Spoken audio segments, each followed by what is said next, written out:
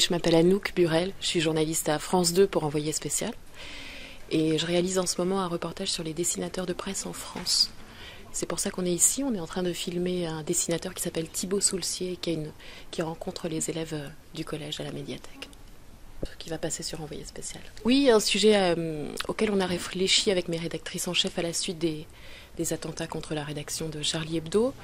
On s'est dit à la suite de ces événements que ce serait bien de mieux connaître ce métier de dessinateur de presse qu'on ne connaissait pas beaucoup, qu'on n'a pas eu beaucoup l'occasion de mettre en lumière, nous, dans notre émission.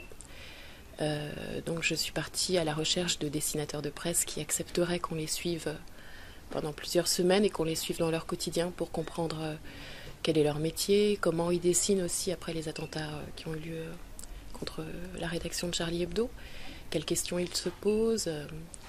Donc c'est un petit peu tous ces aspects-là de leur vie quotidienne, de leur réflexion qu'on essaie de capter, mais c'est assez long, parce qu'en fait pour faire un reportage de ce genre pour Envoyé spécial, il nous faut à peu près 2 mois.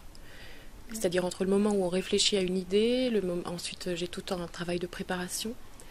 Il faut que je contacte des gens, que je leur explique mon projet. Donc certaines personnes refusent d'être filmées, ce qu'on peut tout à fait comprendre. Ceux qui acceptent, on se voit un petit peu avant pour savoir quel est leur planning, leur emploi du temps, sur quels événements comme celui-ci on pourrait venir pour filmer. Donc il y a tout un travail de préparation, il y a tout un travail de tournage qui dure, là ça fait bien 3 semaines qu'on tourne avec différents dessinateurs.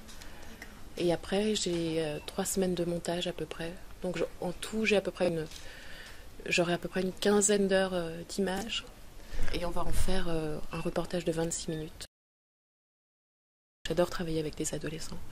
Le plus difficile, c'est d'avoir l'autorisation de leurs parents, puisque évidemment, ils peuvent parler si leurs parents sont d'accord. Mais là, on n'a eu vraiment aucune difficulté, et je trouve que c'est une très belle rencontre. Et je trouve ça très intéressant que Thibaut Soulcier fasse cette rencontre, explique son métier à ses élèves qui sans doute s'en souviendront toute leur vie. À la suite, justement, qu'il fasse cette rencontre à la suite des événements, parce que c'est important de faire connaître les intentions et son métier.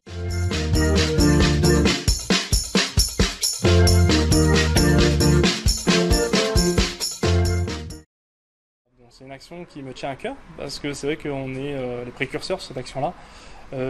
Café Débat, en fait, on fait venir des experts sur un sujet donné. Donc ça peut être des sujets d'actualité, des sujets qui méritent développement, réflexion. Là, par exemple, on a eu le 4 juin, Mourad Chabi, qui est expert donc, sur des questions d'islam et des terrains d'affrontement en situation de guerre civile. Donc on va parler un petit peu de ce qui se passe, c'est en plein d'actualité, hein, l'islamophobie, etc.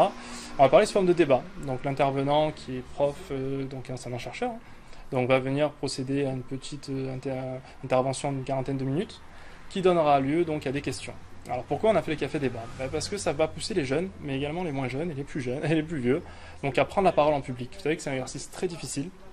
Moi-même, j'y suis pas habitué, ça se voit.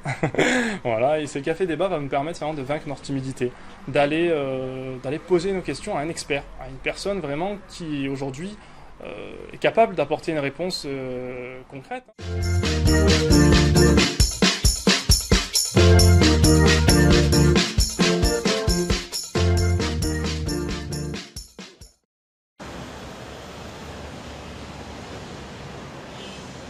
Je suis Franck Camous, président de l'association Autour de la BD qui organise le festival Bulle en scène depuis 7 ans.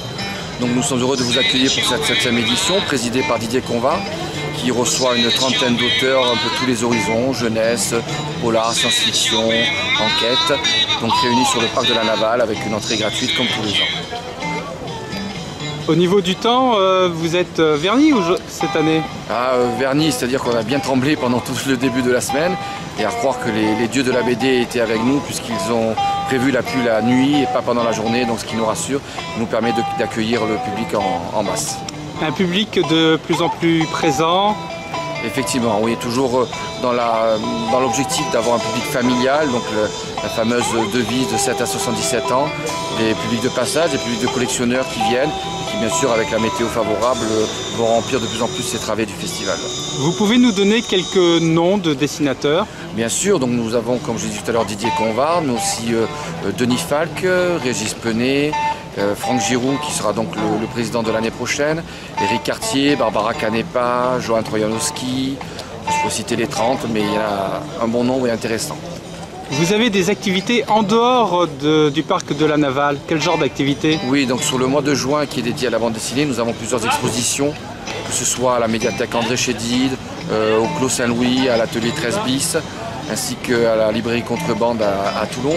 Et pendant le festival, nous avons des animations menées par Julien Parra, professeur de bande dessinée, qui notamment hier a donné des cours pour créer des personnages manga et qui fait aujourd'hui dimanche 2 ateliers, un le matin et un l'après-midi. Sans oublier nos tables rondes, puisque hier nous avons eu la présence de Jean-Yves Naour, le scénariste de la Photomidi, qui nous a présenté un petit peu le devenir de ce fameux 15e corps. Et ce matin va commencer une table ronde concernant la place de la femme, aussi bien en tant qu'auteur qu'en tant que personnage au sein du monde de la bande dessinée. Merci Franck. Merci à vous et à très bientôt.